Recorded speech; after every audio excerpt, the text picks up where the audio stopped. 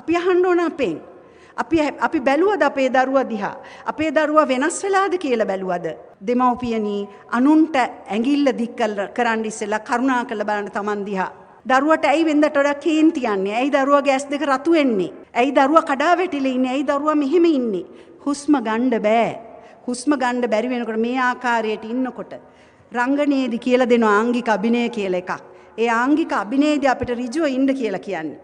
ඒ ඍජුව ඉන්න බැරි දරුවෙක් කලින් හොඳට ඍජුව හිටපු දරුවා ඇයි මේ කඩා වැටෙන්නේ? හොයන්නේ නෑ, බනිනවා. තොපිට වියදම් කරන සල්ලි වල හොඳයි බල්ලොන්ට කණ්ඩ අරන් දුන්නා නම් කියලා කියන අම්මලා තාත්තලා ඉන්නවා. එහෙම කීකේ දරුවන්ට බයිනවා. අපි මෙච්චර මහන්සි වෙන උඹලා මෙතෙන්ට ගෙනියන්න කියනවා. ඒ දරුවන්ට ආදරේ ලැබුණාද? අපේ හාමුදුරුවනේ ඵලයට බෙහෙත් කරනවා මිසක් හේතුව හොයන්නේ නැහැ. හේතුව හොයන්නේ නැහැ. ඇයි දරුවා මෙතෙන්ට ගියේ? අද අපේ ජනාධිපතිතුමාත් රජයත් මේ ත්‍රිවිධ හමුදාවත් පොලිසියත් එක්ක අතිශයින් මහන්සි වෙනවා මේ මත්තුව දුරෙන් අපේ රට මුදා ගන්නට. අපිට පුරවැසියන් හැටියට කරන්න පුළුවන් දේ තමයි අප අවට සිටින අය ගැන සිහියෙන් ඉන්න එක. මම මගේ යෝග පන්තියටත් කියනවා බස් හෝල්ට් එකට ගිය ගමන් පටන් ගන්න එපා ෆෝන් එක ක්‍රෝල් කරන්න. බලන්න ඇස්සරලා දෙපැත්තේ ඉන්න දරුවෝ ගැන. දරුවෙක් ඉන්නවද මෙහෙම? අඬ අඬ දරුවෙක් ඉන්නවද? මං හරියට දකින්නවා. ඒ වෙලාවට මම ළඟට ගිහින් අහනවා ඇයි පුතේ?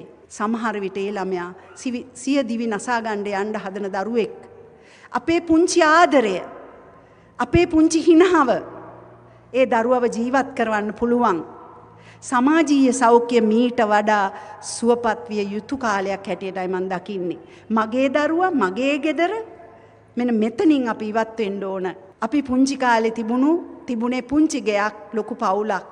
අද ලොකු ගෙයක්, කාමර ගොඩාක් හිස්. කාමර දෙකක තුනක තනි වෙලා දොර වහගත්තාම දරුවා මොකද්ද කරන්නේ කියලා දන්නේ නැහැ. අද මේ වීඩියෝ වල පෙන්නපු කේස් ස්ටඩීස් මංගාව තියෙන ඕනේ තරම් කියන්න ඕනේ තරම් තියෙනවා.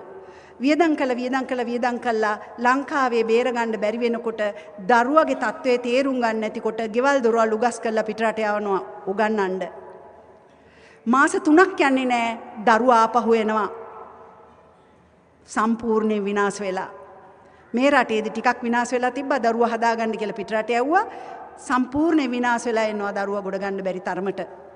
සියල්ලෝම පාරට වැටෙනවා. අපි බුද්ධිමත්ව අපේ පවුල කළමනාකරණය කරගත්තද? අපි රජයට දොස් කියනවා හැම එකටම.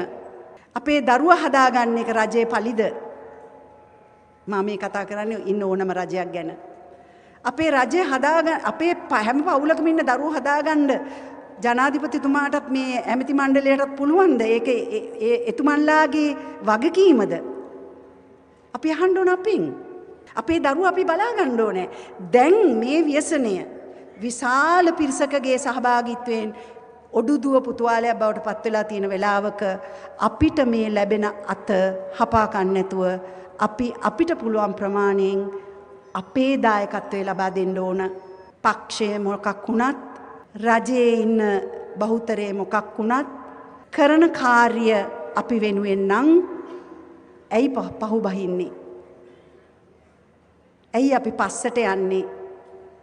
අපේ දරුවෝ ටික විනාශ වෙනකන්ද?